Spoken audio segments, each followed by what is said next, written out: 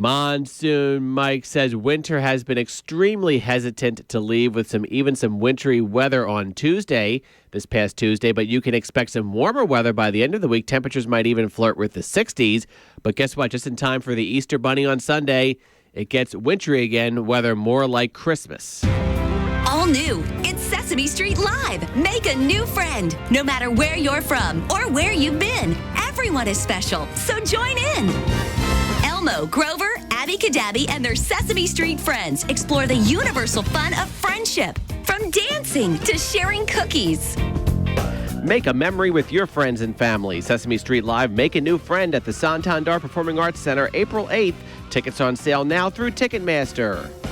For late-breaking news, weather, sports, and traffic, sometimes before we can even get it live on the air, make sure you like our award-winning Kutztown University Radio Facebook page or on Twitter at KU Radio. From KUR News, I'm Mike Regensberger. Have a great day.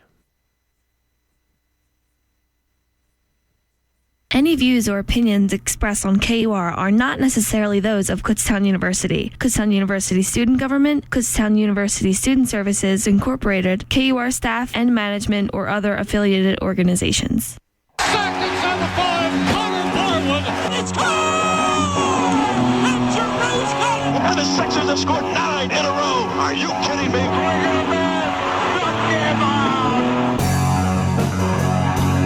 Good afternoon, or good late morning, I guess I should say, everybody, as we are tuning into the Tyler Werner Show right here on Kutztown Radio. Right on time for a change here. A little bit of I look at the clock and things are starting up right at 11, so that's good. Things are right on schedule here on the station today. On this April 1st, April Fool's, I guess, edition of the Tyler Werner Show, I guess if you want to call it.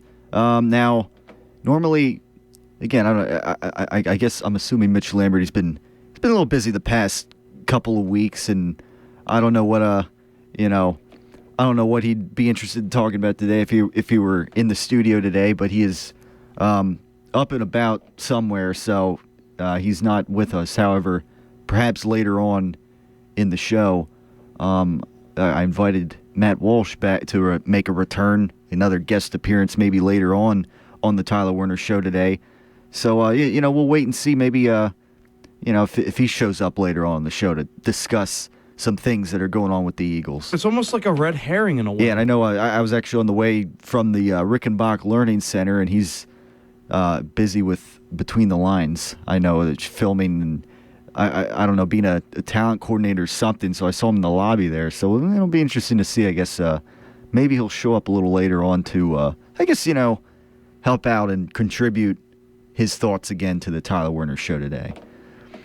But nevertheless, I mean, last week obviously was, I guess if you want to call it in a sense, it was kind of a Jeffrey Lurie day, I guess you could say, on the Tyler Werner Show. Discussing, because obviously it was Wednesday, it was the day after an owners meeting press conference, which I called, Jeffrey Lurie out in the wilderness because of, the background noises and, there were bird sounds and all kinds of, background noises going on, and, for whatever reason, they decided to have it outside, I guess. But Jeffrey Lurie, I guess, trying to, somewhat explain, what is going on with the front office and Chip Kelly's vision and everything, and I don't know, a bunch of crap, I guess you could say, at least from my standpoint, and just it doesn't all add up when you have, again, I mean, a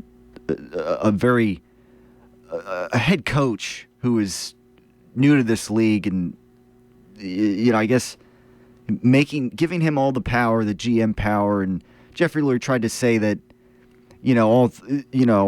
we value Chip Kelly and we value Howie Roseman. Tried to make it sound like they value Howie Roseman essentially as much, as if he has the same amount of power as Chip Kelly in a sense, and that's obviously not the case anymore at this point. And I'm trying to say how, I don't know, I'm trying to give this impression that everybody gets along in the in the Eagles front office department and everything. And I think of a story a few weeks ago that when there was the obviously the discussions, running rampant of, Chip Kelly perhaps trying to move up in the draft to get Marcus Mariota mortgaging the future, and all those kinds of things. And we'll get to that in this Chip Kelly audio that we'll have for you today, in case you haven't heard it last week. But and then Howie Roseman's kind of saying,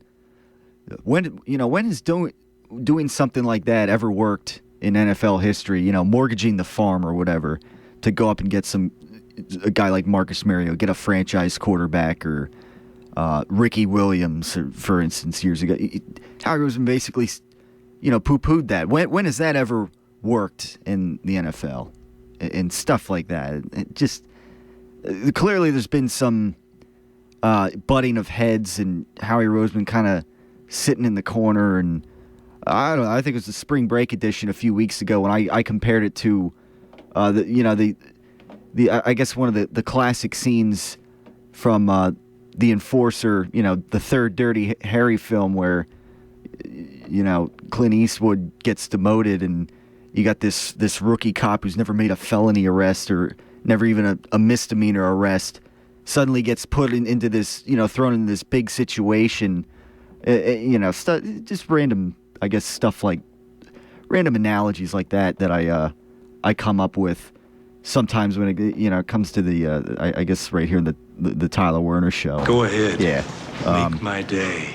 And it's stuff like that, and then I listened. We listened to Jeffrey Lurie last week and the stuff he says, and I'm thinking, I can't believe any of this. For the most part, obviously. I mean, most of the words that were coming out of his mouth, and either I can't believe it, or I disagree with the methodology, I guess, of making Chip Kelly have all this power. And he said about maximizing Chip Kelly's vision and everything, and you gotta be careful with that, I think, as an owner, because Chip Kelly's I think is still a work in progress. I mean, I'm not I guess I'm not I wouldn't call myself a Kool-Aid drinker, or whatever.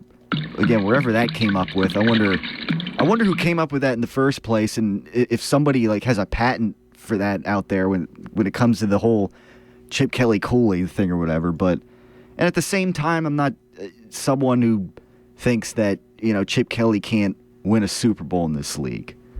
I think it's still a work in progress, but I think that's an incredible leap of faith that Jeffrey Lurie would take.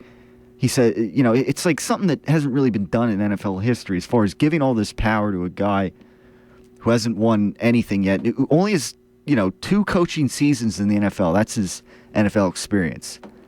And I mean, you want to look at it how, the back-to-back 10-6 seasons or whatever. I mean, it's not, there were no deep playoff runs or anything like that within those 2 seasons.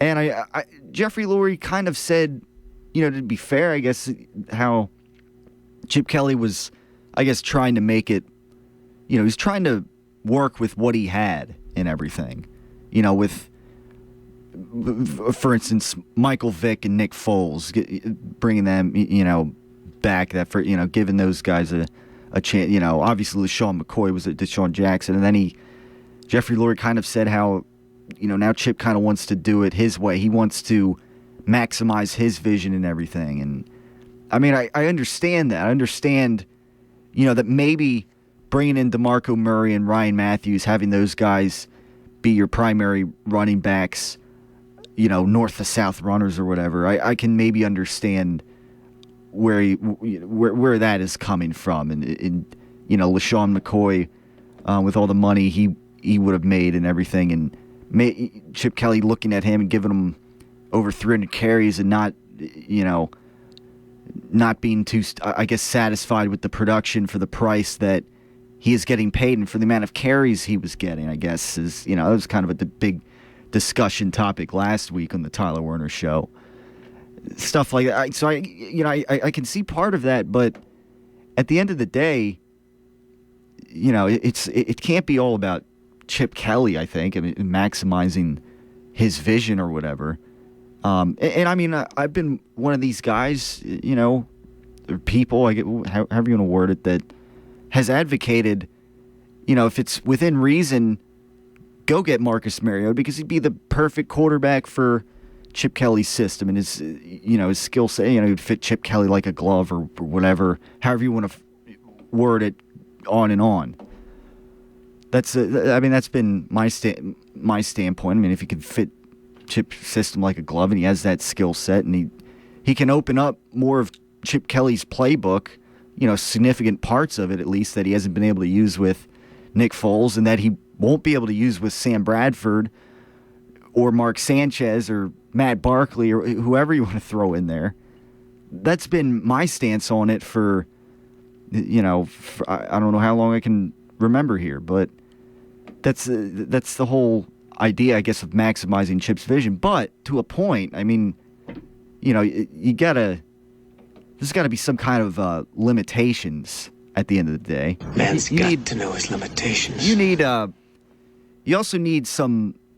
I think you got to be able to work with. If you want to maximize a vision in the NFL, you want to try to take, however you want to word it, a college mentality or whatever, and try to translate it to the NFL.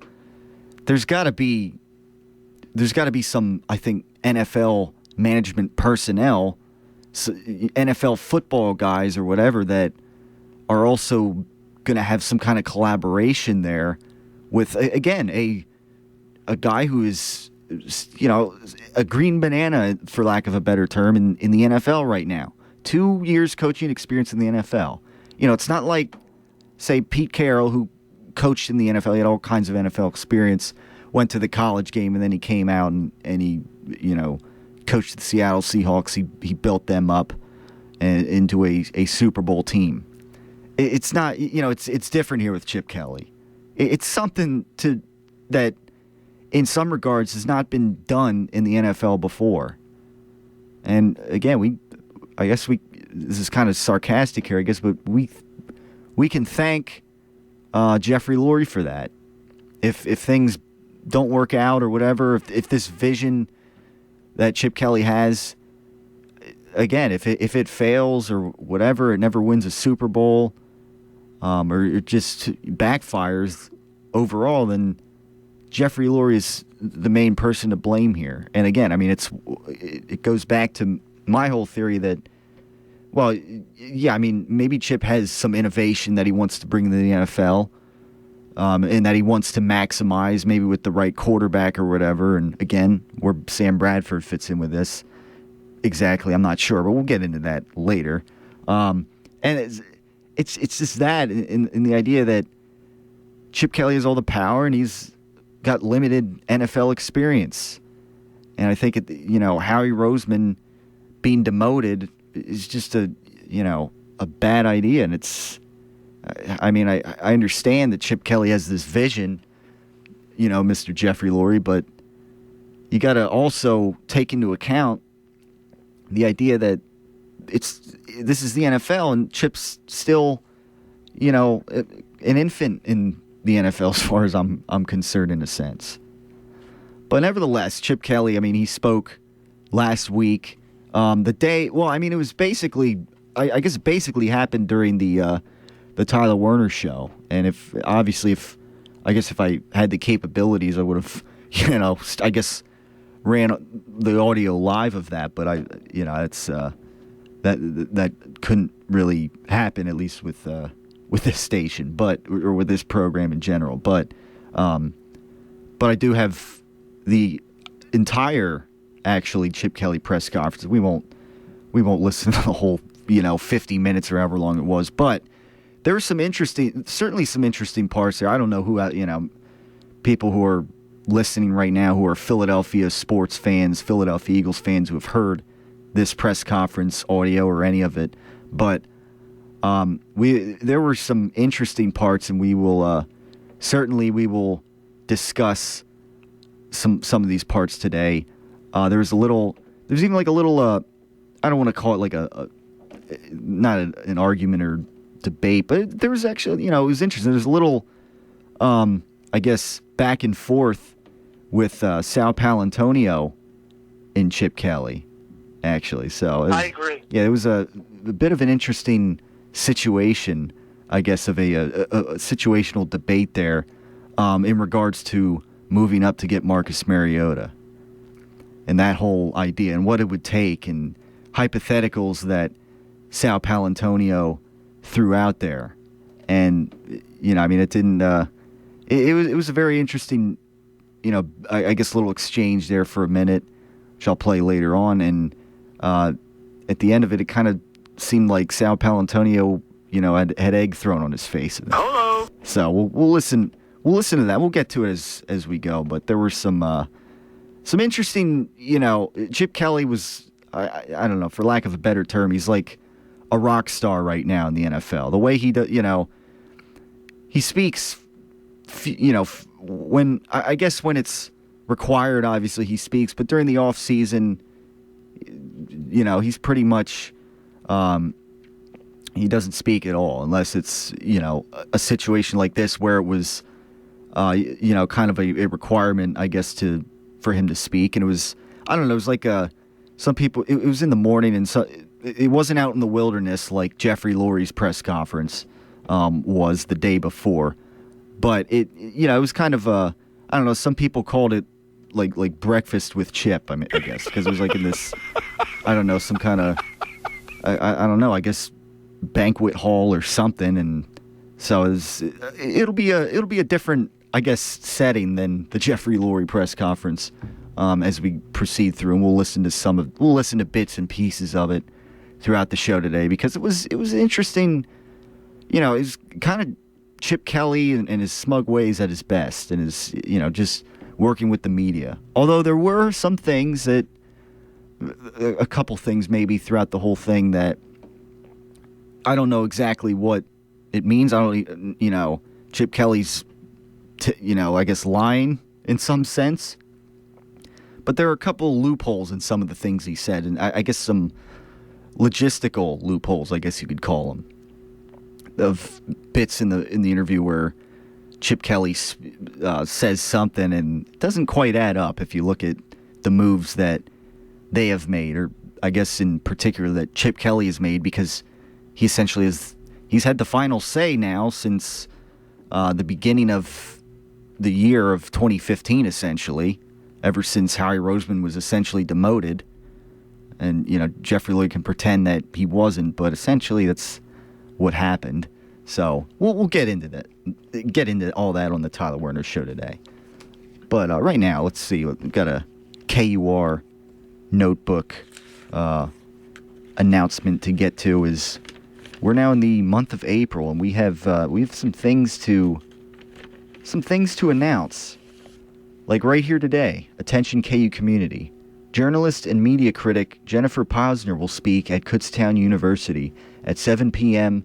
tonight in the Schaefer Auditorium. In her presentation, Posner will strive to give students the literacy tools they need to unpack representations of violence in news, pop culture, and advertising.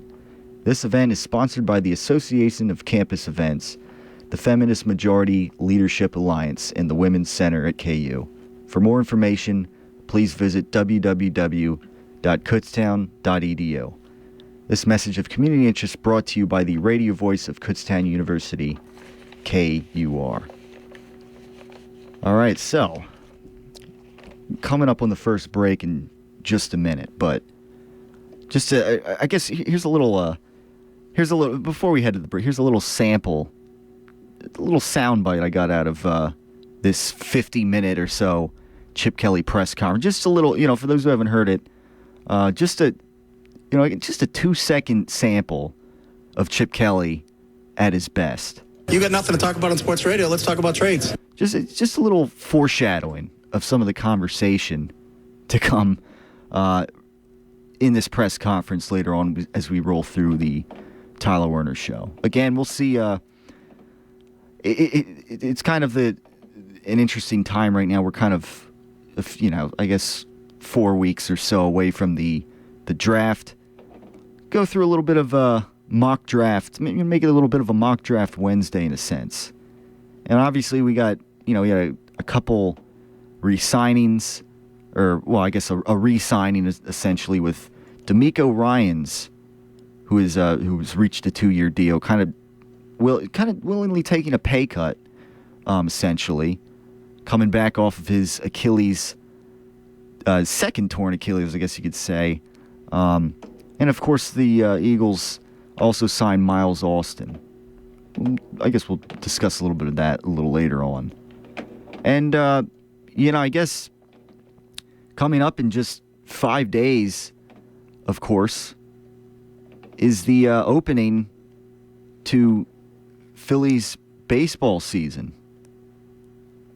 So that's, I guess, I don't know who's excited for that, I guess. I mean, what looks like it's going to be a dreadful season, to say the least, especially when, now you got Cliff Lee on the DL for, to open up the season and with his elbow injury and everything. And, just, it's not looking good, essentially.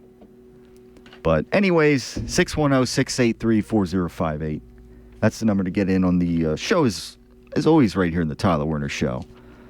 So we'll come back on the other side and we'll start getting into this Chip Kelly press conference audio from last week called Breakfast with Chip, I guess is what is the title we're going with. Maybe, it's a little late. We'll call it Brunch with Chip. It's at least on this show because it's a little late for breakfast right now. So that's 610-683-4058. That's the number to get in, or Facebook.com/Tyler Werner Show. If you want to share your thoughts on some of the things that are bound to come up here in this press conference audio, anything, maybe you want to rip Chip Kelly about on some of what he says, or maybe, I don't know, or praise. I don't know. I mean, you can look at it either way you want. It's the Tyler Werner Show. We'll be right back after this. You're listening to the radio voice of Kutztown University, KUO. 1-800-222-1222. 1-800-222-1222. If you think it might be poison, then the first thing you should do is call 1-800-222-1222. Poison can be anything you're not supposed to take. Antifreeze, pesticide, the wrong drug by mistake. If you breathe a nasty chemical, been bitten by a snake, call the Poison Control Center hotline. We're here for you night or day. For a poison or drug emergency at home or at work, just call the Poison Control Center hotline. We're here 24/7 with the expert help you need. Free and confidential. Even if you think it's a false alarm, call 1-800-222-1222. 1-800-222-1222. If you think it might be poison and you don't know what to do, call 1-800-222-1222. A message from your Poison Control Center.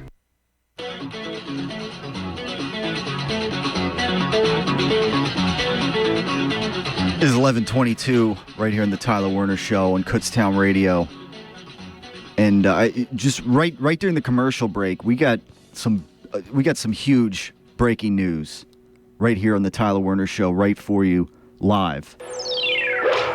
I've just received word during this past break that this morning Sam Bradford was teeing off at a golf course locally, and he retore his ACL. No, it's just an April Fool's joke. No, that was a cheap shot there. But anyways, speaking of Sam Bradford and his ACL rehab, it's one of these topics that comes up in this Chip Kelly press conference footage. I mean, there's a bunch of topics that come up during this press conference footage, and I don't want to talk about it too long without playing any of it. So let's dive into some of what Chip Kelly had to say, as we'll do in multiple segments in today's show. We'll dive into this Chip Kelly press conference and hear some of the things he has to say. So let's roll a few minutes of it right now. Most of the decisions from a trade standpoint are those decisions is you'd like to acquire a ton of players, but you can't fit them in under your cap. So it really kind of limits which teams you're dealing with, how you're dealing with them, and then what they're trying to give back. Some of them don't have draft picks. You'd like to get draft picks, but they may not have draft picks. So now take a look at your roster. Who do you like on the roster? Since we talked to you last, have you received any more phone calls about Sam Bradford? I know you said other teams were interested. No. Given the fact that you and Ed don't have a lot of experience in your current roles, are you leaning on other people for whether it's trade evaluations, whether it's the upcoming draft, people that have been more active in a prolonged period of time? No. At safety, what's the plan next to Malcolm Jenkins? That spot that Nate Allen occupied last year. Well, we'll go through OTAs, we go through the draft, we'll go through preseason camp, and then figure that out. Were there internal options that you think this that Yeah, that's we'll take a look at that. I mean, that's what this process is all about. The offseason, get a chance to see guys on the field. What's Earl like in year 3? I mean, there's guys on our team right now that can certainly play that role, but it depends on where they are when you get a chance to see them through OTAs, through minicamp, through preseason camp. So. What about us through the process of what's going to happen next in the next couple of months with Sam Bradford? Get him back on the football field, functioning as a quarterback.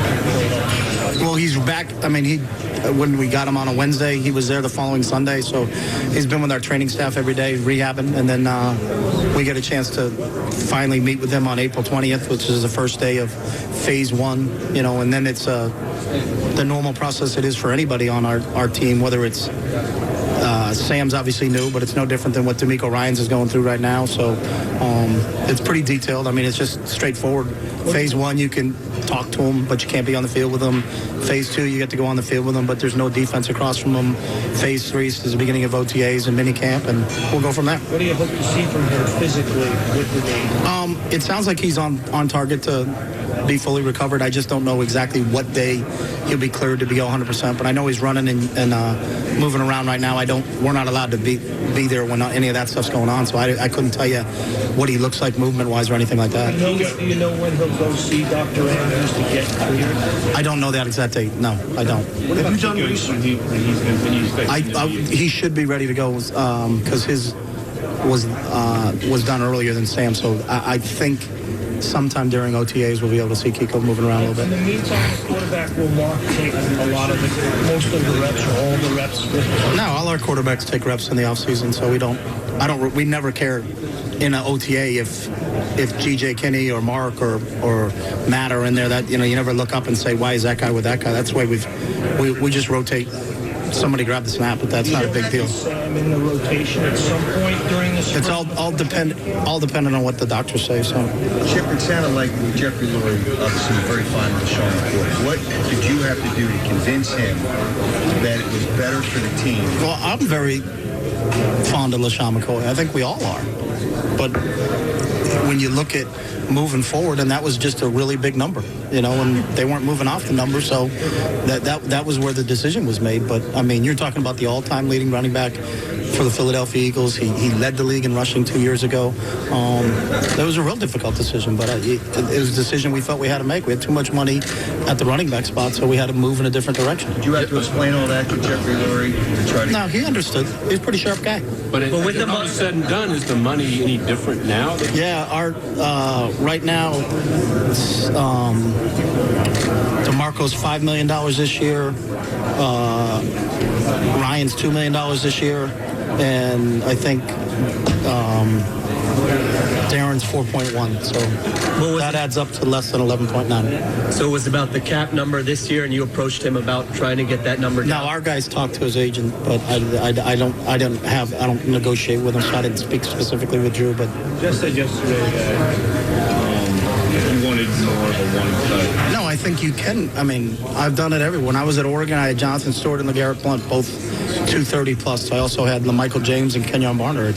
I mean, we can work with whatever we have. It's just depending on what you want to do and how do you want to scheme it up. But I think what was available, if you move LaShawn, what's available? The guys that were available are one-cut downhill runners. So can they fit into what we do offensively? Yeah. Jeff talked yesterday about finding a franchise quarterback being one of the most important things as far as going from good to great.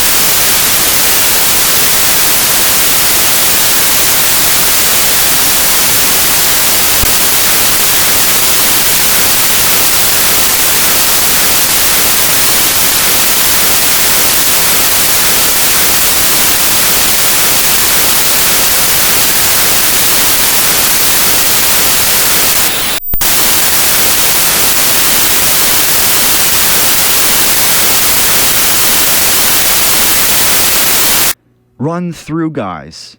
It's just about that action, boss. He's gonna.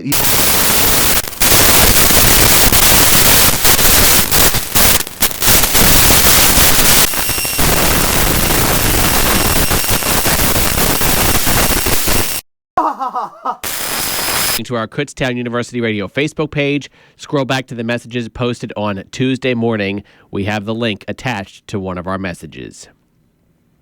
Checking KUR Sports, KUR would like to remind you that for late-breaking sports scores and news from your KU Golden Bears, make sure you follow KUBears.com. The Keystone Campus newspaper and KUR are co-sponsoring a KUR Masquerade this coming Thursday from 6 to 9 p.m. in the McFarland Student Union Multi-Purpose Room. Prizes, dancing, music, and games. Come out and support your very own Keystone newspaper and KUR at the Masquerade.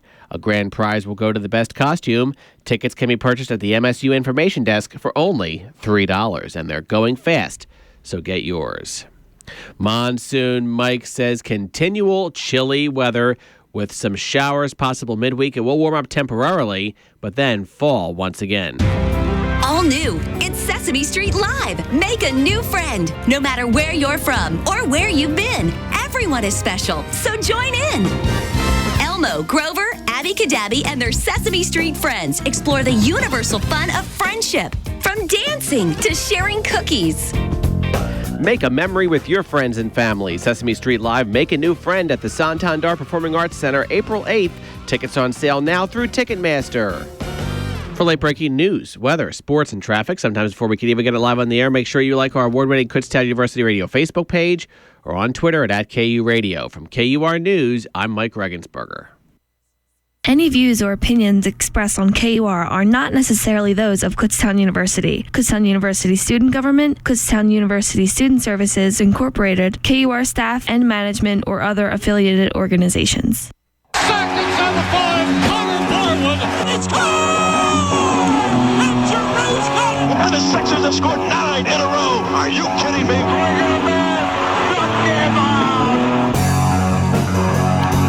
And a good Wednesday late morning right here on Kutztown Radio on the Tyler Werner Show. Joining you as always during the 2015 spring semester to talk Philadelphia sports. We got a loaded show to, a lot of topics to get today. I guess, I'd say unfortunately this morning Mitch Lambert will not be joining us.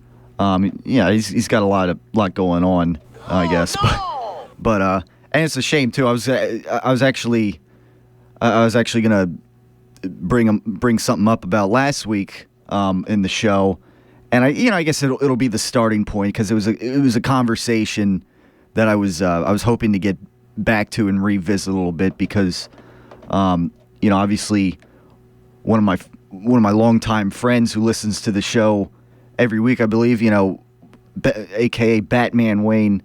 Last week, him and I, we talked about, we did like this little this podcast that we do oftentimes, and we were talking Eagles, and he said, he basically kind of called out Mitch Lambert. He said, I forget how he worded it, but he said some guy named Mitch Lambert, praised Darren Sproles, and, it was not very sad, I guess, after all, to see LaShawn McCoy go. I guess, Wayne felt that Mitch was too, I guess, he poo-pooed LaShawn McCoy and the past season and everything, and praised Darren Sproles too much, and Wayne, kind of criticized me for not being too hard, not being hard at all on Mitch Lambert about it, and I think the reason. I guess I wasn't too hard on him. Is I think I don't know. And again, this is why I wish Mitch. Mitch has to do what he has to do today, but with school and everything. But it would have been nice to dive into this conversation today. Kind of, maybe get a reinterpretation out of Mitch because I think I know what he meant when he's talking Darren Sproles and. The direction of this running game, the new direction of this running game, getting DeMarco Murray and Ryan Matthews, what they're doing with that. LaShawn McCoy and the somewhat disappointing season, I guess you could say, he had in 2013, still, I guess to some extent productive, but I guess I'll try to clarify my end, I guess, since, Mitch Lambert isn't here. At least because obviously Darren Sproles, he's not the, I guess, the bread and butter running back is some NFL analysts, I guess, with the cliche that they would throw out there, I guess you could say. He's not your bread and butter running back, however you want to word it. Not the guy like LaShawn McCoy who's going to get 20-plus carries a game. Not like DeMarco Murray, not like Marshawn Lynch oftentimes, and, some of the premier backs in the NFL, the kind of carries that they will get. Darren Sproles, he's a small guy. He's getting in his, he's 30. Well, he'll be 32 in just a couple of months on June 20th. So, he's and certainly like towards the latter part of this past season, Darren Sproles, was kind of more of a part-time back, I guess. He was throughout the entire season, but he was even more sparsely used in the offense, I think, later on in the season, even including the passing game. And he kind of was more of a, throughout the season, a special teams punt returner, specialist, I guess you could say. And obviously a good one at that. Now that the Eagles have DeMarco Murray, obviously, who's probably going to get, he's going to be your primary back, although he's probably going to mix in the rushing duties along with Ryan Matthews. Again, Ryan Matthews, if he stays healthy, obviously it's one of the main factors in that. Again, you still got Darren Sproles in there. I mean, who's, I guess, going to get a couple carries maybe here and there at most.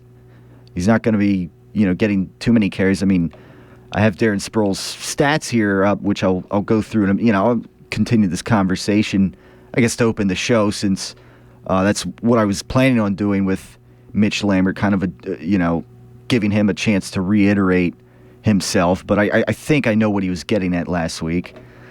But I look at these stats here, and the most carries that Darren Sproles ever had in a single game this season was 7. So I mean, obviously, Darren Sproles is only getting older, so he's not getting any younger. He's a small back, so he's never going to be getting that many carries to begin with.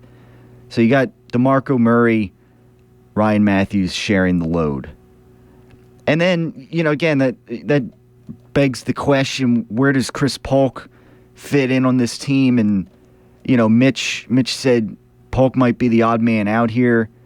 I think that's a little bit unfortunate to some extent, because I think at least Polk, I mean, he's not a guy that's going to get 20-plus carries or whatever. He can't fill anybody's shoes, but I would think that he'd be a guy, short yardage situation that you could have in there. You could have him run the ball, maybe a couple carries below 10 a game, something like that. I don't know. It depends on how you're game planning for the week. But I thought, Polk, when he was healthy, of course, as well. He could be effective in short yardage situations where, say, like LaShawn McCoy wasn't, or whatever, and maybe a situation where, say, even Darren Sproles might not be ideal for running the ball and everything. Because Sproles, he's a small guy. You get him in open space. His acceleration is like second to none.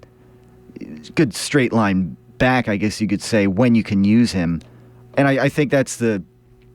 I think Mitch knew that last week when I was talking about, when he was talking about Darren Sproles and how effective he was. When in the sparse usage that you can get out of him. That kind of brings me to, I guess, what I was going to address here with Mitch Lambert, kind of go through. Because, again, I think I know what Mitch meant last week when he was kind of praising Darren Sproles and, LaShawn McCoy. So my take on it, and again, I got stats up here so I can kind of, I guess, put things into perspective. And just even without talking about stats, just like take a look back this past season with the running game and everything, and just general impressions, not even stats, because I mean you can look at stats, and sometimes like LaShawn McCoy this past season he had 1,319 yards past season. There was a different feeling, numbers aside. It felt more often than not. I know the Eagles' offensive line was, shifting players in and out. You'd see in the various games how the production team, whoever was covering the game, would point that out and how they, this and that with the offensive line. Obviously, that was one thing, but just watching games throughout this past season and in particular LaShawn McCoy. I mean, there were so many instances, at least where I'm sitting there, where I'm watching him and I'm thinking, I'm waiting for him to break out, bust out a big run, and it's I don't know. I mean, it's like too much of the dancing around that he can't really get away with the state of the offensive line. I mean, there's times, I guess, other running backs, I guess, think this where you got to. And again, I mean, this is what Chip Kelly has been kind of talking about. This is what, other people have been talking. Just fans in general have been talking about. I've talked about it at times too, where the dancing around or whatever you want to call it, trying to make these big highlight reel plays or whatever, trying to get that 2,000-yard accomplishment that you said in training camp or whatever you said you were going to get in the season, and obviously that did not come close to happening. But you look at things like that, and my lasting impression of LaShawn McCoy in the past season was, there were just so many runs where I'm thinking go forward, so many I guess negative runs, I guess. And that, I get, you could, I mean, the offensive line being an issue, that's one thing, but sometimes you got to just go straight forward, get, a couple yards here and there, and then eventually maybe things open up more in the running game. Again, there's so many games this past season, and especially games against more elite teams in the NFL. Seattle, they'd have none of that with LaShawn McCoy, and LaShawn McCoy would not be very productive. Even the first Washington game where LaShawn McCoy had, he was just, early on in the season, he was snuffed like a torch on, Survivor with Jeff Probst and whatever. I mean, it was like he'd have 20 carries or however many he had, and he'd get 1 yard per carry. And I know that game it seemed like he was a bit concussed or whatever. But 2013, obviously, had a very steady and solid offensive line, maybe the best offensive line. Many would argue 2013 they had the best offensive line in the NFL, and that got him, he got more than 1,600 yards. His yards per carry average were obviously up that season, second to none, I would assume, and very productive season, obviously, with Sean McCoy there. This season, I mean, you could say what you want about the offensive line. It wasn't all there, but that's the NFL sometimes. On 312 carries, a 4.2 yards average. Now, there were games like, for instance, the Giants and the Dallas Cowboys, where they blew, the first one against the Cowboys, of course, where they blew those teams out of the water. And, quite frankly, LaShawn McCoy had great games those days, but quite frankly, he didn't even need to be on the field, it would so appear, for the Eagles to even win those games. But nevertheless, I mean, LaShawn McCoy, he had field days those games. And it's, so that, there's a couple games like that where numbers were inflated. But there were other games, I mean, early on in the season. I mean, just look back on the luxury of a great offensive line. Look at Seattle. I think Seattle's a great example. they don't have a great offensive line by any means. At best, they probably have a mediocre offensive line. I think Richard Sherman would agree with that. Mediocre? Yeah. But that is offset to some extent, to a good extent, I guess you could say, for Russell Wilson. And it's same thing applies when we had Nick Foles here. Like, if only Nick Foles had the healthy offensive line. Well, you're not always going to have that. It's the NFL. The New England Patriots, they haven't always had they do. If you can do those things, obviously it helps. It cannot help offset a mediocre offensive line. So that's at least from a quarterback standpoint, that's part of it there. And then with the running game, mediocre offensive line, but you got Marshawn Lynch, who's gonna like a Tom and Jerry episode or something, some kind of silly reference like that. His ability to get out of the pocket, make guys miss, make plays with his leg, and you don't even need to be a 4.5, 40-yard dash speed runner. You have to be at least mobile in the pocket. Tom Brady, he's a slow runner, but his ability to move in the pocket, slide in the pocket, make guys miss, step up, things that Nick Foles could not successfully. And I mean Russell Wilson, occasionally he gets sacked and this and that. It's going to happen, but his again, his mobility, his ability to kind of roll out and run around, like he gets the ball and he goes straight forward. Now obviously, Lynch's power is a key factor in that. LaShawn McCoy, he doesn't possess that kind of power. Not every running back does.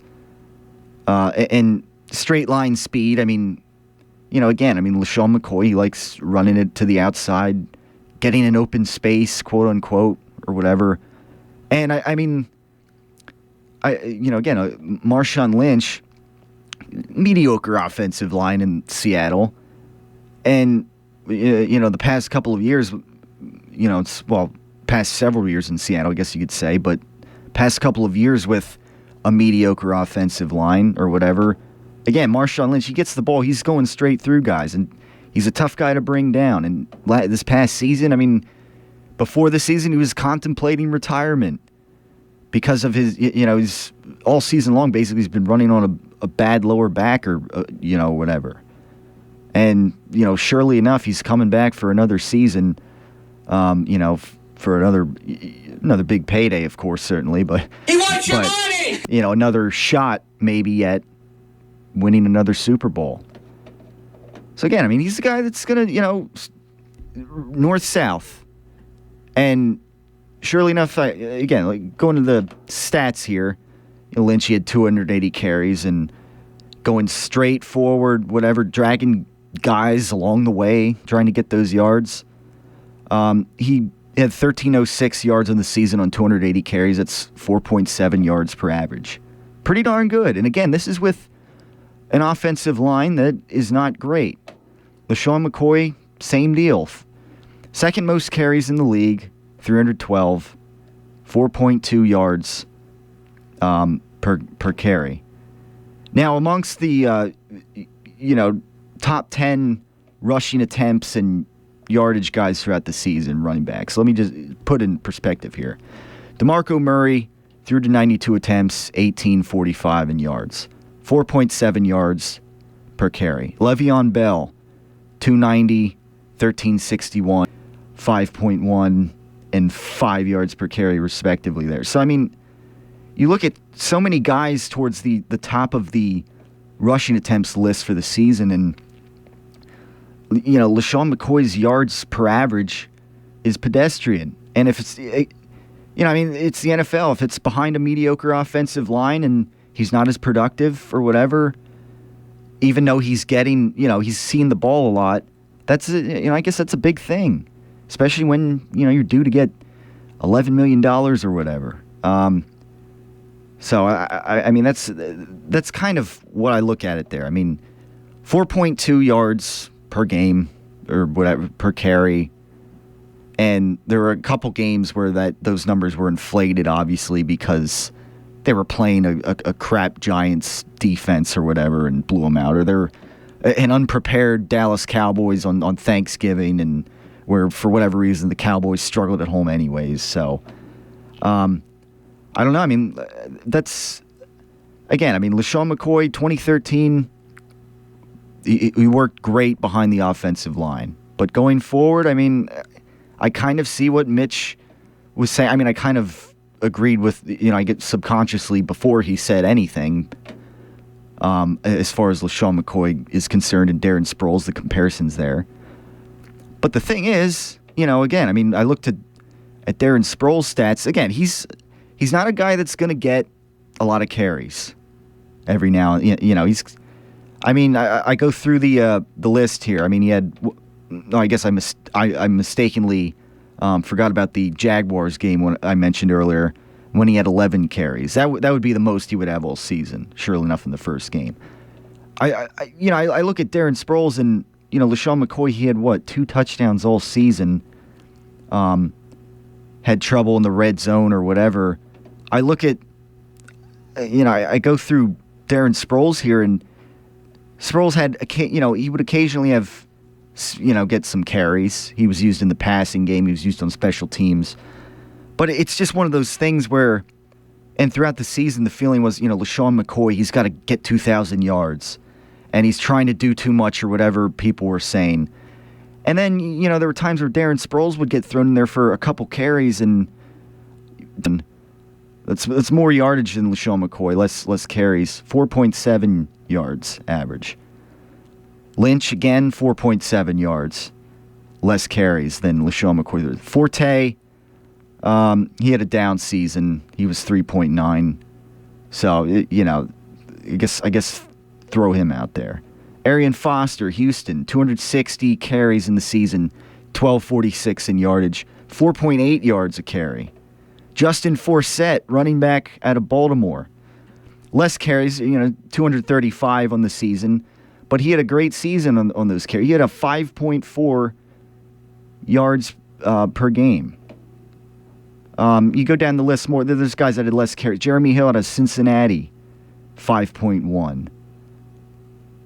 Lamar Miller, Jamal Charles, those guys were in the low 200s for carries. They had, oftentimes it felt like LeSean McCoy would be in there for a few series. Darren Sproles would, suddenly, it's like steal the spotlight in a sense. And I guess do what Chip Kelly wanted him to do more often, go straight ahead. And this is, again, this is behind the same offensive line LeSean McCoy was running behind. So, I mean, Darren Sproles, he'd get thrown in there for a few carries and, a couple a game. Against the Jaguars, he had 6.5 yards per carry. The Colts, 6.5 on 4 rushes. He had a touchdown in both of those games. You go to, there's other games. I mean, he had 2 carries against the Packers. I mean, a whopping 2, which the Eagles were never in that game in the first place, and he had 21 yards on those 2 carries. I mean, it's just, these weird things where Sproles, he sees a few carries, and LeSean McCoy, he couldn't, quote unquote, get it going or whatever, however you want to word it. And, okay, next series or in the middle of the series, they throw Darren Sproles out there. Suddenly, they're getting the ball down the field. So that's all the point. I think that's what Mitch Lambert was getting at, and that's kind of what I saw.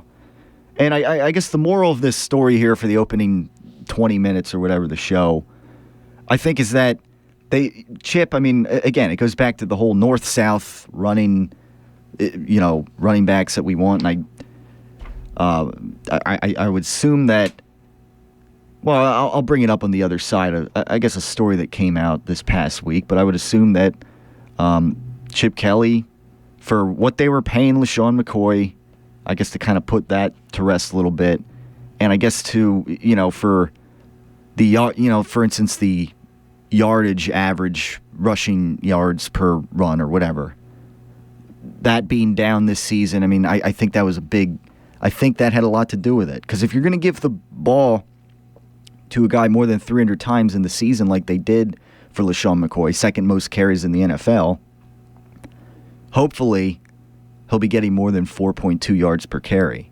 And again, that 4.2 is probably, is inflated by a couple of games where they played an unprepared New York Giants defense and Dallas Cowboys who weren't ready. A few games like that where LaShawn McCoy had a field day, where quite frankly it wasn't really even necessary for him to even have the ball for the Eagles to even win, because the Eagles would easily win those games. But anyways, we got to get to the first break. 610-683-4058. We got a lot to get to on today's show, but I just I wanted to open the show. I had planned to address that with Mitch Lambert, but Mitch is busy today, so that's fine. I think I know what he was getting at last week, and I figured my buddy Wayne brought it up, so I figured I'd try to readdress that, reinterpret things, I guess, if that makes any sense. So without further ado, we'll hit the first break right here in the Tyler Werner Show on Kutztown Radio. Email any suggestions to kur@kutztown.edu. Complaints, concerns, questions, whatever you may be thinking at the time, it's kur@kutztown.edu. I'm in almost every school bus and classroom. I go to school with your children. We say the Pledge of Allegiance together. You've seen me around the neighborhood, and you've told me I'm a pretty good kid. Well, I'm one out of every 4 children in America, and I'm struggling with hunger. This problem is closer than you think. My teacher tells me we could grow up and be whatever we want. I want to grow up and be someone who doesn't go to bed hungry. Leaves Detroit. Now let's just to see here. I'm not sure exactly what Detroit's schedule is, so we'll. So as far as their schedule goes, just to paint the picture here, they host the Vikings this week. They can win that game, and then at Chicago, they could win that game as well. And then their last game is at the Packers, which they'll probably lose that game. Packers out for revenge, and they'll probably out to clinch home field advantage. I would think the Packers finish strong here and win that division. So Detroit finishes probably 11-5 here. I don't know, unless they lay a couple eggs and finish 10-6.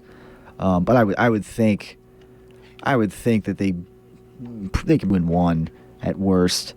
But then again, I could see them running the table here the rest of the way and going 3-0 and finishing 12-4. Getting that. There's enough food in this country to feed everyone. Please visit feedingamerica.org today and find your local food bank for ways to help. Every dollar you donate helps provide 7 meals for kids like me, quietly struggling with hunger. Together, we're Feeding America. Brought to you by Feeding America and the Ad Council.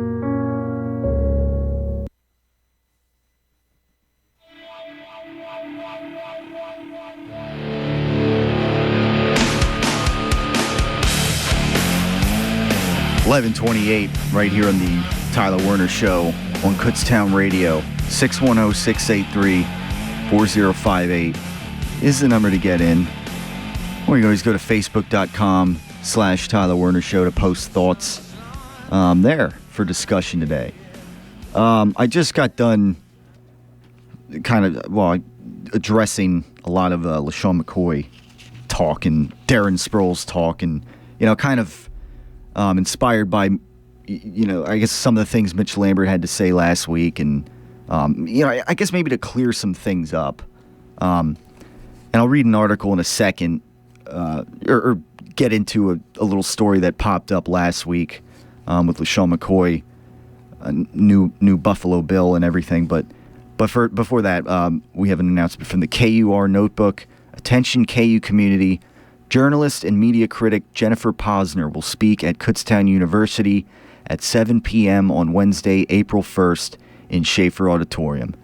In her presentation, Posner will strive to give students the literacy tools they need to unpack representations of violence in news, pop culture, and advertising.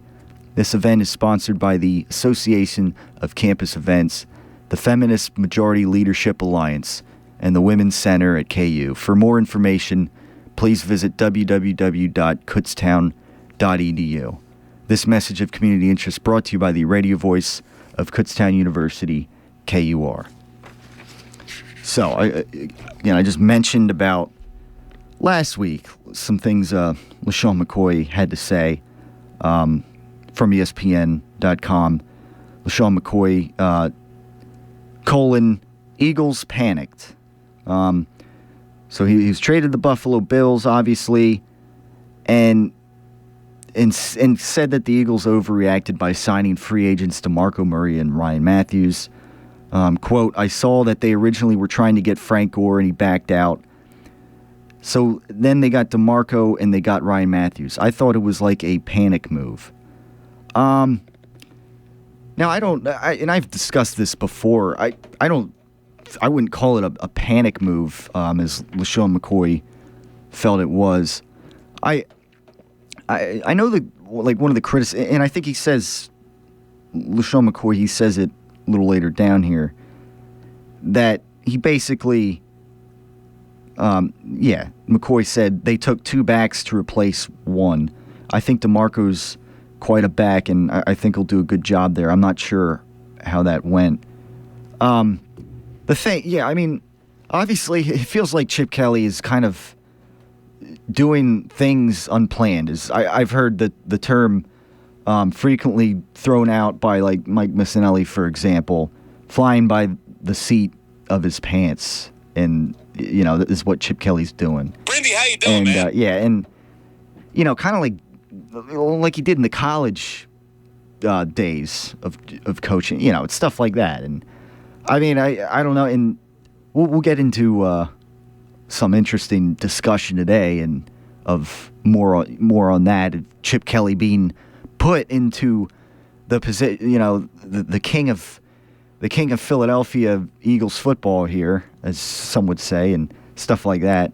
We got that to get into shortly, and more on that there. But as far as, like, Chip Kelly, with this whole thing with the running back signings, people can, I guess, criticize it and everything, whatever they did.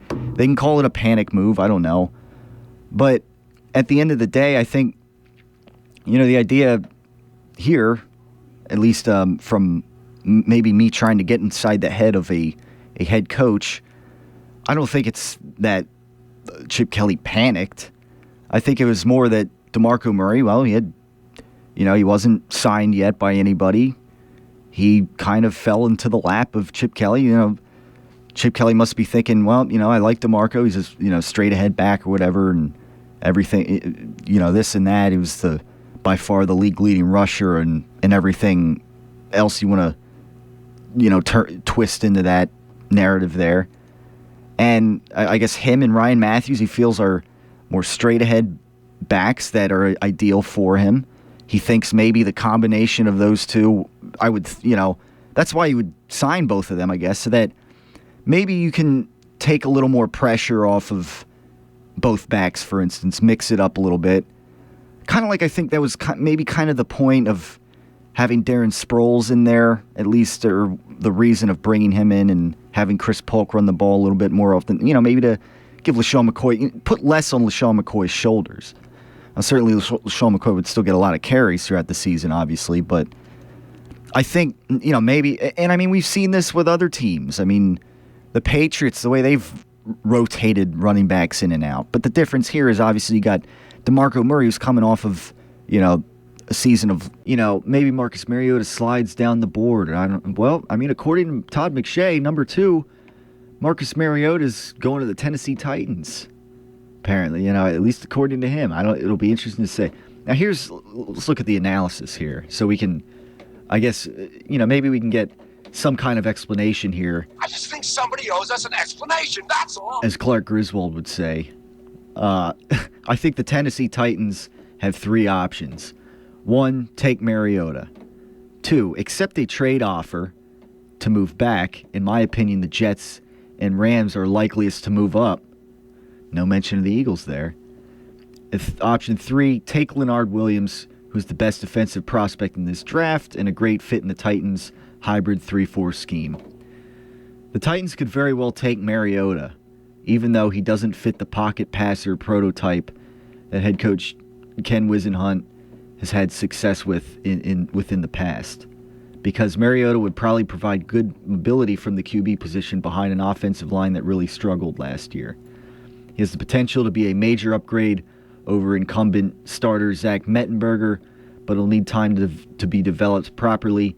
He has rare athleticism for the position and elite intangibles, but he needs to improve his footwork and anticipation as a pocket passer to win consistently in the NFL. I get obviously if Mariota was not to go to the Eagles, for instance, a guy that or a team where he'd fit like a glove in the quarterback position, as mentioned time and time again. Yeah, I guess that's the baggage that he'll need time to be developed properly. And I think at Tennessee, I think anybody. If anybody's going to Tennessee, I think that whole organization needs time to be developed in the first place. So, that's my thoughts, because obviously they're a horrendous team right now, and they're pretty depleted across the board. And they mentioned the offensive line. Obviously you hope to improve that. Certainly, regardless of who's quarterback back there. But that's the. If the Titans were willing to work with that and develop Marcus Mariota, I could see that work. It's up to them, really, I guess. And up to any of these teams. If it's me, I look at his skill set, and if you're a developing team like the Tennessee Titans, who still who have some rebuilding to do across the board, anyways. What's so bad if you got to develop Marcus Mariota a little bit? He has to translate, between footwork and being a pocket passer. Whatever. See, the way I see it, Mariota can be a pocket passer.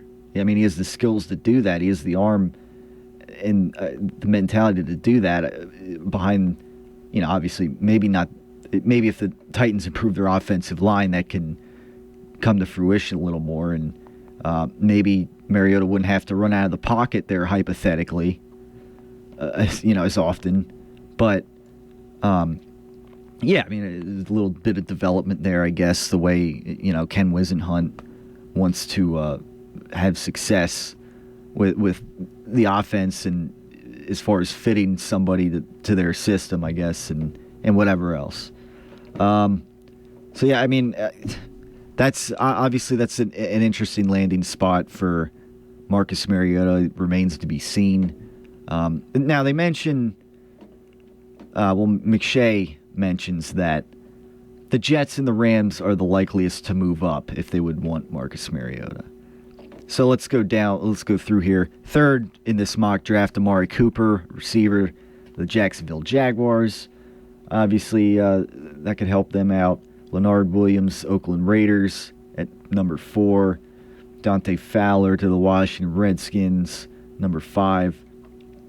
And then the New York Jets, if I guess, they don't move up, taking outside linebacker Randy Gregory.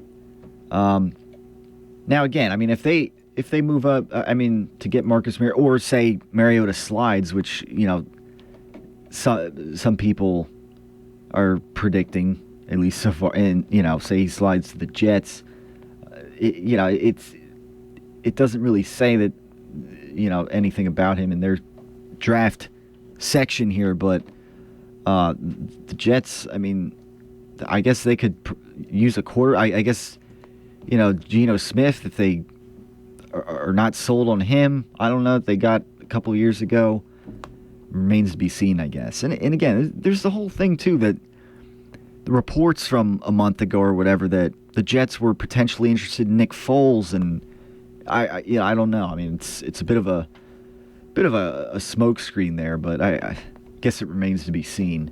But the Jets, they've been having a pretty busy free agency and off season, so it could be an interesting spot for Mariota to land.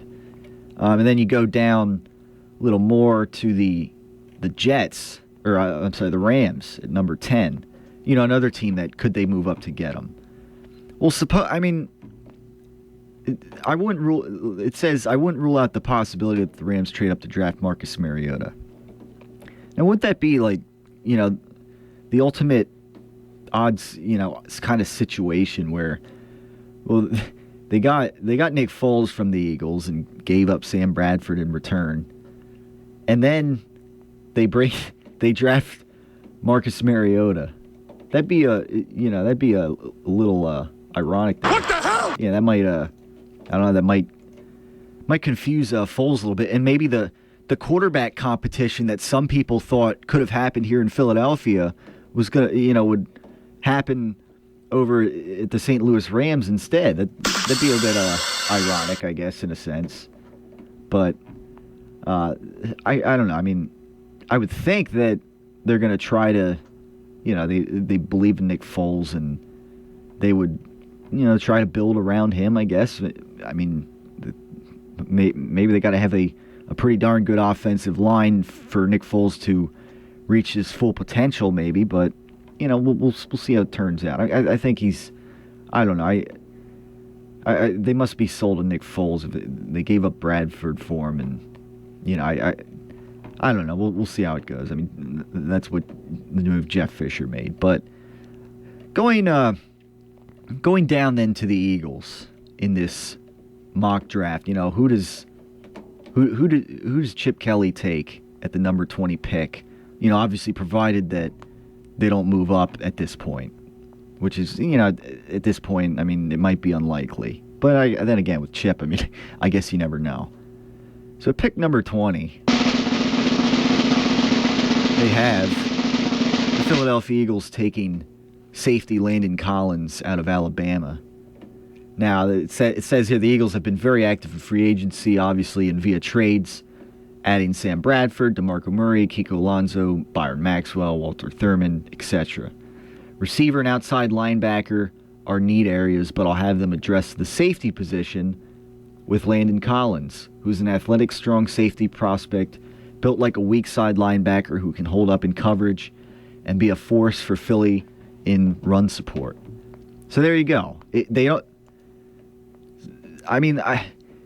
up for debate. And you share your thoughts at 610-683-4058. If they go safety and they shore up that secondary even more, because obviously they got rid of Nate Allen to the Oakland Raiders. Best of luck there, Nate Allen. But so that obviously that's left a bit of a hole there to fill, and do they fill that up? I mean, they're pretty solid throughout the entire back, secondary there for the most part. And it brings up this. So what if they don't go receiver? They got Riley Cooper and Josh Huff, and I guess Miles Austin fits in there in that mix somewhere now. Out of that,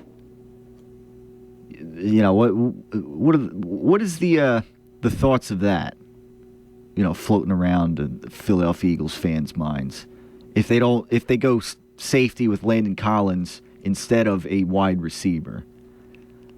It's an interesting discussion because, again, I mean, the receiving core right now on the outside leaves a lot to be desired. Riley Cooper is Riley Cooper.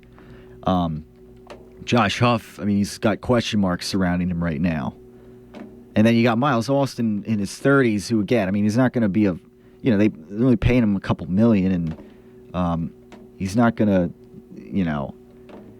he's not going to be a guy who comes here and replaces Jeremy Maclin, obviously. So, still, there's a lot lacking in the receiving core.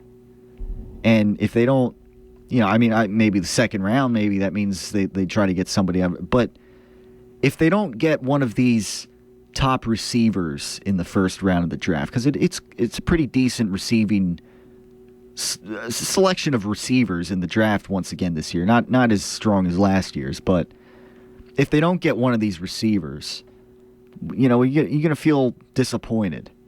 And that might only make things a little harder for Sam Bradford or Sanchez or whoever's going to be the quarterback at any given point throughout the season here for the Philadelphia Eagles. Again, 610-683-4058 or at facebook.com/Tyler Werner Show to maybe share your thoughts on if they go with Landon Collins at the safety position or just in general if they don't go with a wide receiver at all in the first round, get one of those top prospects.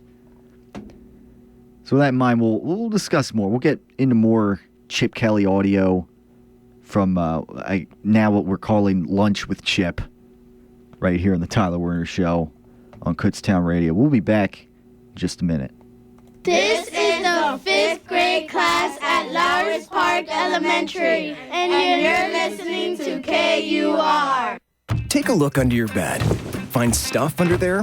What about jobs? No? Now try your basement. There's a pair of overalls that overall you're not so into anymore. A perfectly good laptop that hasn't seen your lap in months. And even more stuff. But still no jobs? Well, you really have both. See, stuff is defined as household articles considered as a group. Sometimes this stuff is no longer needed. Wait, no longer needed? That can't be right. Because remember those jobs you were looking for? Those are really needed. And they're the stuff inside your stuff. Even inside that winter coat that moved with you to Phoenix. Our job is to unlock those jobs. And it starts when you donate your stuff to your local Goodwill. Here's how we do it. When you donate to Goodwill, we sell your stuff to provide job training for people right here in your community. So just by teaming up with Goodwill, you help create jobs. And isn't that worth parting with the leftover keytar from your 80s cover band? Goodwill. Donate stuff, create jobs. Find your nearest donation center at goodwill.org. A message from Goodwill and the Ad Council.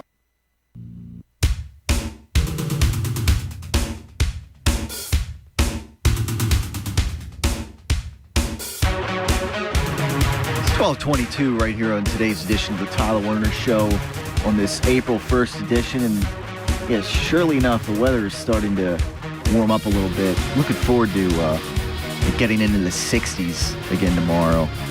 That should feel very nice.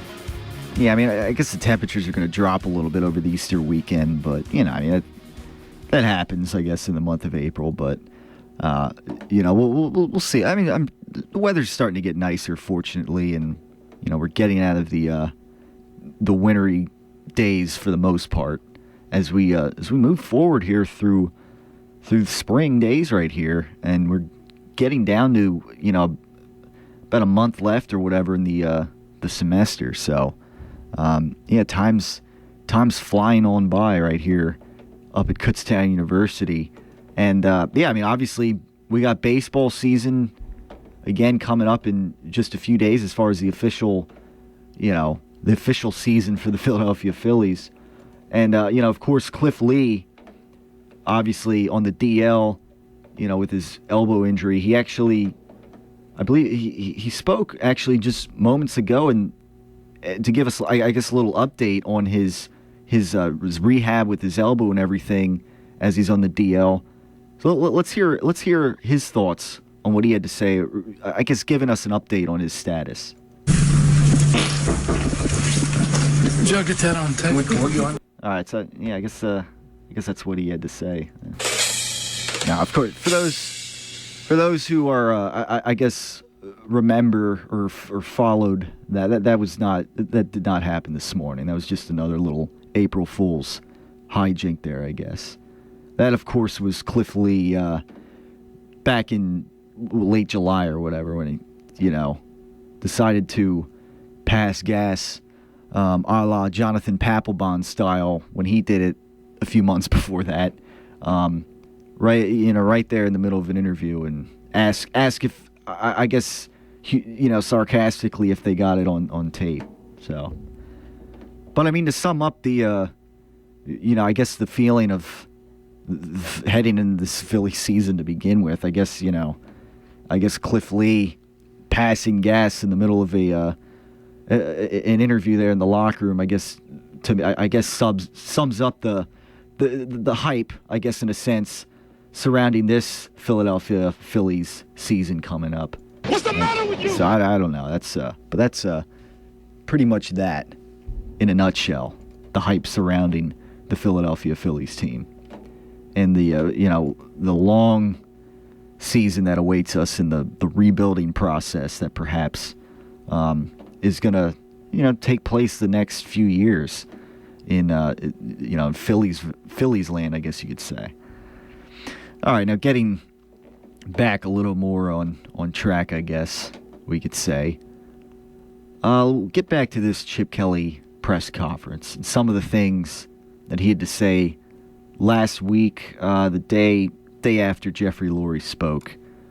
We left off, obviously, with some of the some Marcus Mariota talk and Chip Kelly talking about how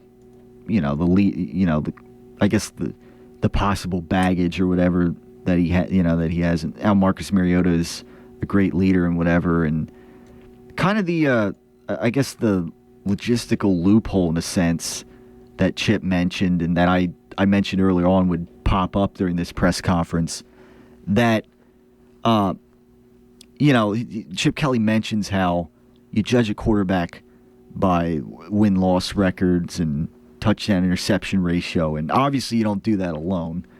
And again, that's you go by that, win-loss records. If that's a major factor, Nick Foles isn't here anymore, so it just goes back to that whole thing. And at the end of the day, I think it's kind of just Chip Kelly with the media. That's how he is, and he's not gonna I guess praise the skill set of a guy or call out or basically explain we didn't want Nick Foles here anymore.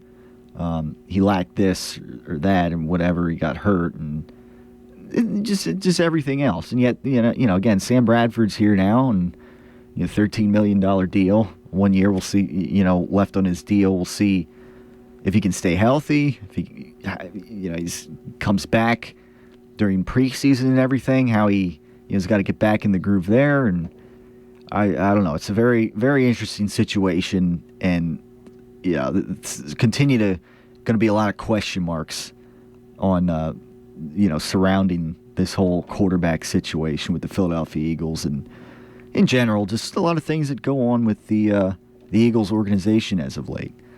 So let's get back a little bit to this press conference, and we'll have more to discuss then after that. That some executives who had talked to him didn't like the fact that he was not fiery, wears emotions on his sleeve in the huddle, and that it just didn't endear to them. You're coaching. Do you even evaluate that as part when you look at? You evaluate everything when you look at him, but just because a guy doesn't yell and scream at a guy when he doesn't run the right route is, ask any of those guys if they take Eli Manning. I don't see Eli Manning screaming and yelling at anybody, but you talk about a stone cold killer in the fourth quarter. Look at how many fourth quarter comebacks Eli's had. It's the silly season. I've said it before. The NFL draft hype is the most crazy thing in the world, and guys are gonna go up, guys are gonna go down, then guys are gonna go up. Cam Newton couldn't play. There's no reason to draft him in the first round. All of a sudden he goes number one. I knew it. It's crazy. Chip, explain philosophically, football-wise, why it's not good for a team to trade that far up using a lot of draft picks. Philosophically, more players are better than one player. Philosophically. That's bottom. The history of the game, study all trades. What set the Cowboys going forward? They traded one player for multiple players. That's just, I got a better chance at hitting. It's not an exact science to draft. It's a better chance at hitting if you have more draft picks than you have less draft picks. That's basically it philosophically. Harder to evaluate a player, that position, harder to evaluate when you do those kind of things. If you would trade up. Is it hard? I think the quarterback harder to evaluate when you're trading all those picks than in other positions. No. The Saints traded all those draft picks for Ricky Williams. You tell me. Are there no exceptions to that philosophy in your opinion? It's a philosophy. There's exceptions to every philosophy. People used to think the world was flat, philosophically, right? Until that guy took the boat and just kept going and it didn't fall off the edge, right? Do you feel like there's a built-in bump, completion percentage-wise, in your scheme, like more chances for percentage like 56 and 64 with you? Nick, the same thing. Do you feel like when you look at Sam, generally considered a pretty accurate quarterback, that naturally he should have that bump? No, I mean, it's still all about the players. I mean, I can put some players in there and they're not going to complete a pass. It's still a personnel-driven, it's the system. It's not the system. It's still about the players. It's just putting them in positions, I think, where you can read their strengths and read their weaknesses and trying to put them in position to make plays, but I don't think so. So 9%. I don't know. And I've said it before, I didn't really study what he was doing. I also think he had he had a lot of different coordinators, from year to year to year, so wasn't really entrenched in one system. I didn't study it that way, I'm curious about Max, but we didn't ask him much about him when he signed. Going from a scheme where he had, I should say a defense where he had 2 Pro Bowl safeties behind him, and now he has a lot of responsibility to lead the defense. How do you project him coming over? Yeah, I think that's a misconception because he didn't have 2 safeties behind him. I mean, they're either a cover 3 or cover 1, and they don't play too deep, so... Cam's usually down in the box, but, the one thing I think that's interesting with Byron is that because of how good Richard Sherman is, he got the scheme-wise a lot of times the best receiver. Everybody tried to scheme people, and he got the most balls because you're not going to throw on Richard. So, he's got a great skill set, great size, great length, really smart, intuitive football player. Benefited from really good coaching in Seattle. Pete does an unbelievable job with defensive backs, but I think he also benefited again playing opposite of Richard because he saw a lot and did a really good job. The other thing they did with him, his versatility, is he played in the nickel. So he's played inside corner as opposed to just being predominantly an outside corner. So he's got a lot of versatility in terms of being able to move him around. Is that a way you can use him too? I think there's a lot of ways you can use him. We won't get our hands on him until the end of April, but I'm sure Billy will is excited to have someone like him that has that type of versatility to kind of move around. How do you look at the other spot? Like Thurman? We got Thurman, Nolan, Brandon. Yeah, they'll all play it out right now. And unless we do something here later, Boykin, unless we do something here later, and if we add somebody in free agency or the draft, and they'll compete on for that other spot, and how that will work out. How likely are you to still make a free agent move now? Percentage-wise or fractions, or I don't know. I really don't. You haven't made one in a while, and guys are starting to come off the market, and now it's a different kind of market now. So it's just that we're trying to see what the market is. There's conversations going on, but I couldn't say one way or the other, highly or unlikely. Do you think you can find a top wide receiver in the draft? Do you think there's someone like you mentioned Odell Beckham last year and everything in the draft who can kind of fill in for what Jeremy did? I think it's a talented draft class. We're still kind of putting that all together, but it's another year where there's some really, really good receivers in the draft, and I think there's probably the one position, again, that has the most depth in the draft is probably wide receiver. More so than running back? We felt, yeah. Last off. All right, so that's a little more of a taste of the Chip Kelly press conference from mid last week. I guess actually during my show, so I wasn't really able to cover it or go live or whatever. But anyways, just a moment ago, actually, as he gets set up, Matt Walsh just joined us in studio. You've been talking about me a lot today. Matt, how you been? Yeah, did you hear down at the Rickenbach Learning Center when you were down there? Oh yeah, maybe, I guess. Did you? Yeah. I mentioned that maybe you'd show up, and here you are. Yeah. I didn't think I was gonna have the time, but I somehow managed to squeeze it all in today. That's good. Did you hear the big news earlier with Sam Bradford? What's going on with him? He was out golfing this morning and he retore his ACL. Is that April Fool's joke? Yeah. Think at you. Yeah. No, he didn't. No, that didn't happen. That was a good. I knew right away. Yeah, that was a good. Yeah. What's next? He tore his ACL bending over to fetch the newspaper. Yeah, to get the newspaper. Yeah, I don't know, but there's all kinds of joke. With the Eagles right now, you could throw out around there. But yeah, that was obviously that's one of them.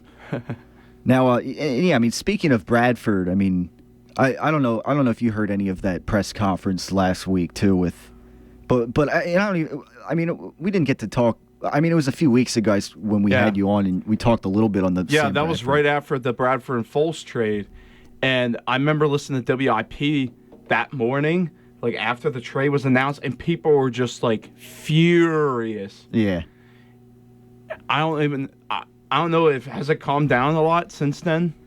I don't know. I mean, it seems like a bit of a question mark right now. I guess with a lot of people. I mean, I don't know if you listen to this press conference footage. I guess Bradford's gonna. It sounds like he's gonna be ready.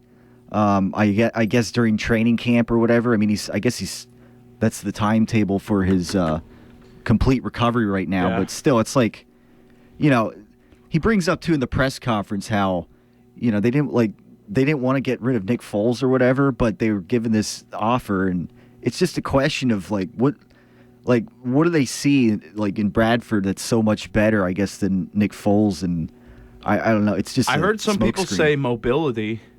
Yeah, I mean, I guess he's more mobile than Foles. I mean, he's not. I don't know if he's mobile enough to run the read option and stuff like that.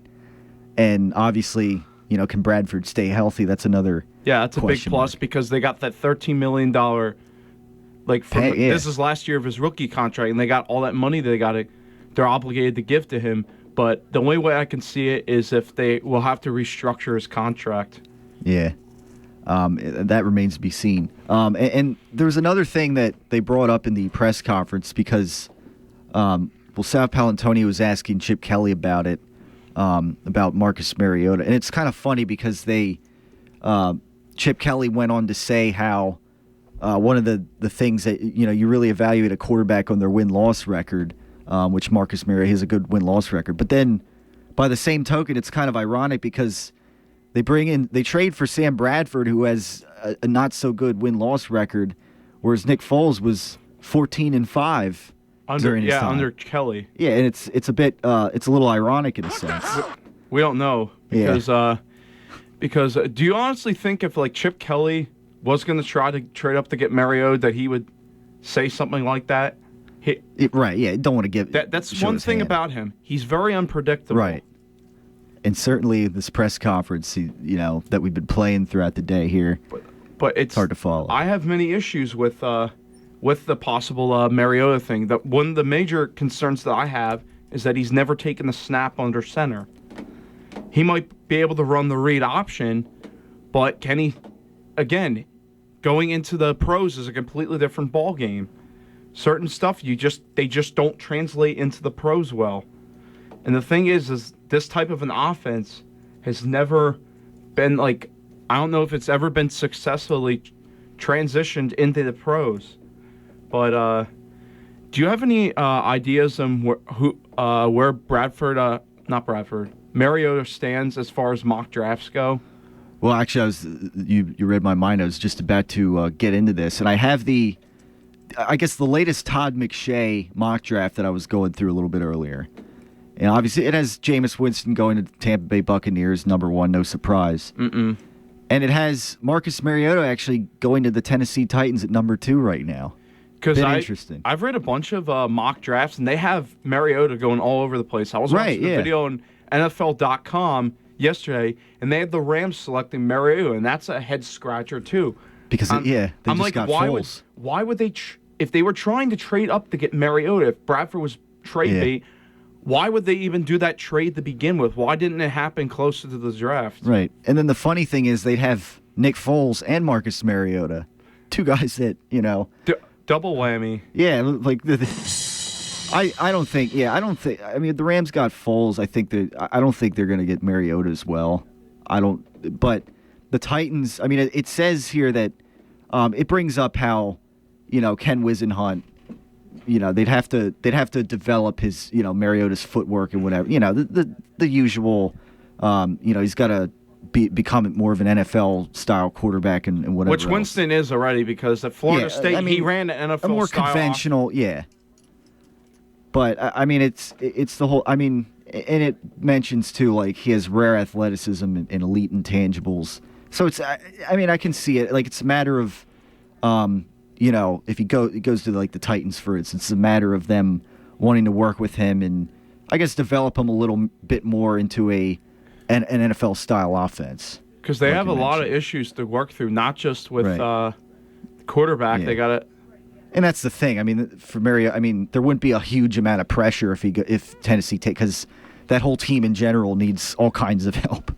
Because if he was going to the Jets or the Redskins, he'd have a lot of issues to worry about. Because when you go to a bigger market, especially like New York, Philly, Washington, Dallas, those type of cities, you're under a lot more pressure before him, and that's why they tend to have no patience when it comes.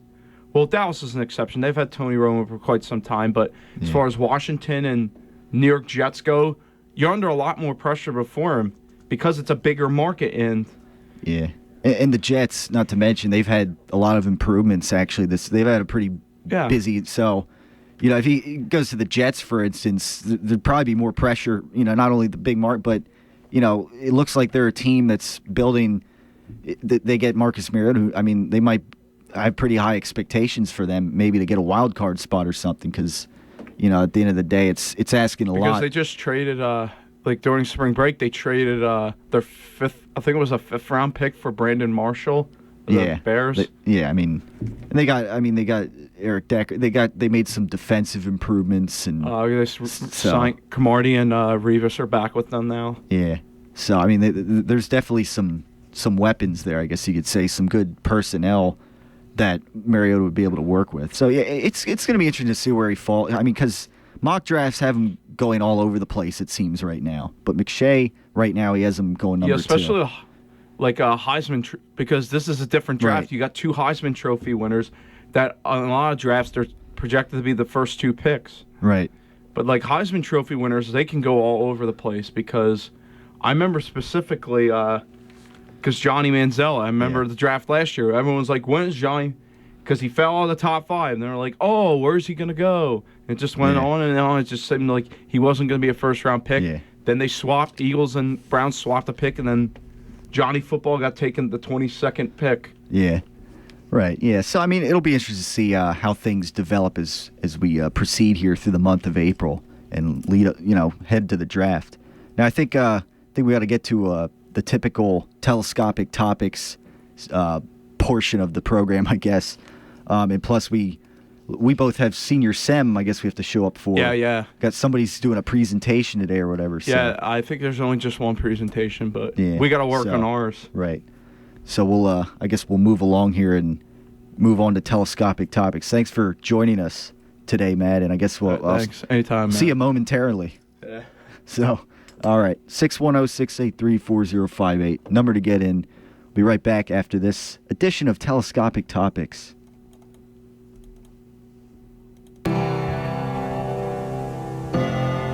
It's Telescopic Topics, a look into the world above us.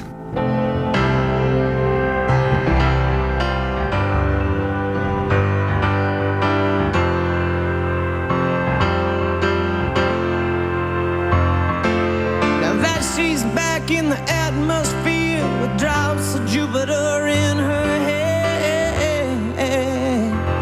Sound familiar? That was a popular song, Drops of Jupiter, by the band Train. In the song, Train sings about a woman returning to Earth with drops of Jupiter in her hair. Could it be possible for somebody to actually get drops of Jupiter in their hair? Jupiter is the 5th planet from the Sun, and from Earth would take about 5 years to get to. Once close to the largest planet in the solar system, she would have to dodge its 50 confirmed and 17 suspected moons in order to get close to the planet. Jupiter is a gas giant, which means there is no solid surface for her to land on, although it is believed to have a solid core the size of the Earth. She would also have to plan her time around Jupiter's 10-hour day in order not to run into the Great Red Spot. The Great Red Spot is an enormous storm that is 3 times the size of the Earth and has been raging on for hundreds of years.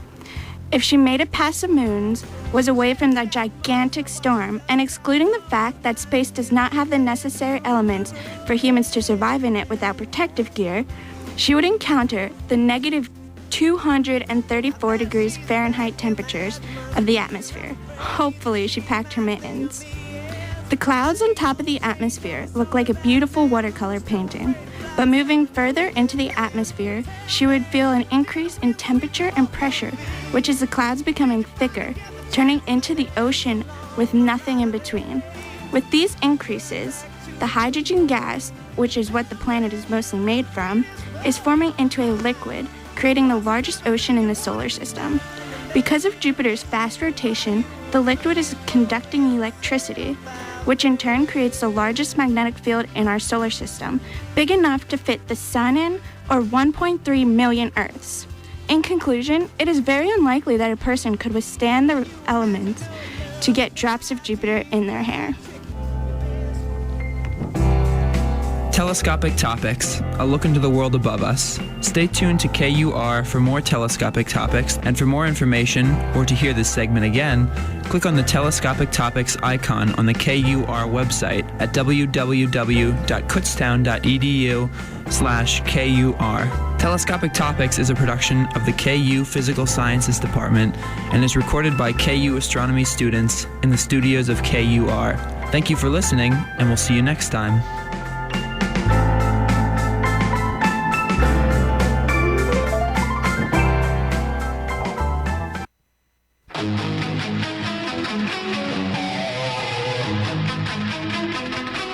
.46 on today's edition of the Tyler Werner Show, which we have to wrap up momentarily because, like I just mentioned, I have to get over to, I guess, watch somebody's presentation in the senior seminar class for electronic media. So, obviously, before we wrap up the show today, let's proceed with the Tyler Werner Show MVP of the Week.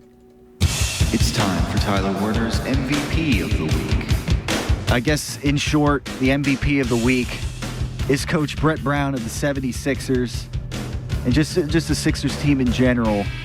For the other night, they were in a must-lose situation against the LA Lakers. The game went into overtime. They're trying to pass them in the standings as far as being in the loss category goes, being a worse team at the end of the season record-wise than the LA Lakers, because it's coming down to the NBA draft, and it's all about being worse than the Lakers so that they will have much better chances of having two of the top 6 picks in the NBA draft in this coming NBA draft. It was very crucial for the Sixers to lose that game the other night it came down to overtime, and Coach Brett Brown coached this 76ers team en route to another loss, a very crucial loss, to remain solidly behind the Lakers in the NBA standings. And Brett Brown was benching some of the better players on the team to lose this game, this must-lose game here. And surely enough, the Sixers, they got the job done. They lost this game to the LA Lakers. It was, again, a must-lose. I mean, this is a big deal right here. It's all about, and even Chip Kelly had some, he kind of had something to say about this earlier in the press conference that we were playing. If you picked up on it, if you have more, the more draft picks, the more chances you have at hitting. And hey, I mean, if the Sixers they lose enough games to be towards the bottom of the standings, like you hope they will be, they will essentially have a much better chance. Given with the deal that they had, the trade not too long ago with the Lakers and draft picks, they'll have a much better chance of having more opportunities within the top 6 picks. Who knows? Maybe they get the first pick and then they get another top 6 pick out of this. I mean, really, a job well done. And obviously, that was kind of some April Fool's, I guess, sarcasm there in a sense. But no, I mean, seriously, I mean, at this point, that's really where we're at with the Sixers. And it was, hey, you got to see them in an exciting overtime game, I guess, the other night if you were there at the game. But at the end of the day, it was good. It was productive for them to lose that game, and they got the job done. So there you go. It's all the April Fool's jokes that we have for today. And of course, in the last segment, Matt Walsh joined us, and he did indeed pick up on that April Fool's vibe of that Sam Bradford tearing his ACL joke, and so just sharp guy. So yeah, I mean, Matt Walsh was a sharp guy, and he picked up on that pretty immediately. So that's that. That'll do it for the Tyler Werner Show today. Again, I gotta move on here, get the podcast uploaded and everything, so I can get over to the Rickenbach Learning Center for a senior seminar, the presentation they got going on today. So thanks everybody for tuning in today, and as always, we'll continue the discussions next week on the Tyler Werner Show. As always, until then, have a happy Easter, everybody, by the way, since that's this weekend already as well. We'll be back next week, as always, on the Tyler Werner Show. Maybe Marcus